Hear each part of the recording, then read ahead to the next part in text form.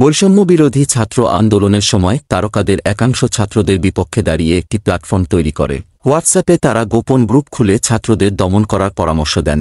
সেই কথোপকথন ফাঁস হয়েছে। আলো আসবেই নামের গ্রুপে অভিনেত্রী অরুণা বিশ্বাস সরব ভূমিকা পালন করেন। তাকে নিয়ে ধিক্কার জানিয়ে পোস্ট দিয়েছেন পরিমণি। আলো আসবেই নামের ওই হোয়াটসঅ্যাপ গ্রুপে যুক্ত ছিলেন সাবেক তথ্য ও সম্প্রচার প্রতিমন্ত্রী মোহাম্মদ আলী আরাফাত, ছিলেন ঢাকা 10 আসনের সাবেক সংসদ সদস্য চিত্রনায়ক ফেরদৌস, রিয়াজ আহমেদ, সাজু খাদেম, অভিনেত্রী শামিমা তুষ্টি, তানভিন সুইটি, সোহানা সাবা এবং অরুণা বিশ্বাস সহ অনেকে।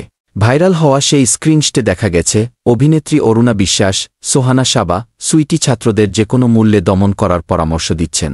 ওই কথোপকথনে শিক্ষার্থীদের আন্দোলনের বিপক্ষে মত দেন তারা। বলেন, যেভাবেই হোক আন্দোলন থামাতে হবে। এর জন্য শিক্ষার্থীদের উপর গরম পানি ঢালার পরামর্শ দেন অরুণা বিশ্বাস। বিষয়টি জানাজানি হওয়ার পর অন্যান্য তারকাদের মাঝে বেশ উত্তেজনা সৃষ্টি হয়। সামাজিক মাধ্যমে অনেক তারকারা সেই অভিযুক্তদের নিয়ে নিন্দাও প্রকাশ করেন, ধিক্কার জানান।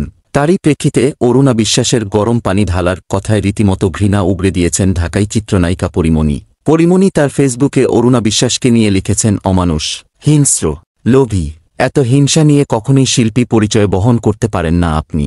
ধিক আপনাকে, থু। উল্লেখ্য, বিষয়টি জানাজানি হওয়ার আগেই অরুণা বিশ্বাস গোপনে দেশ ছেড়ে কানাডায় চলে গেছেন বলে কয়েকটি সংবাদ মাধ্যম জানিয়েছে।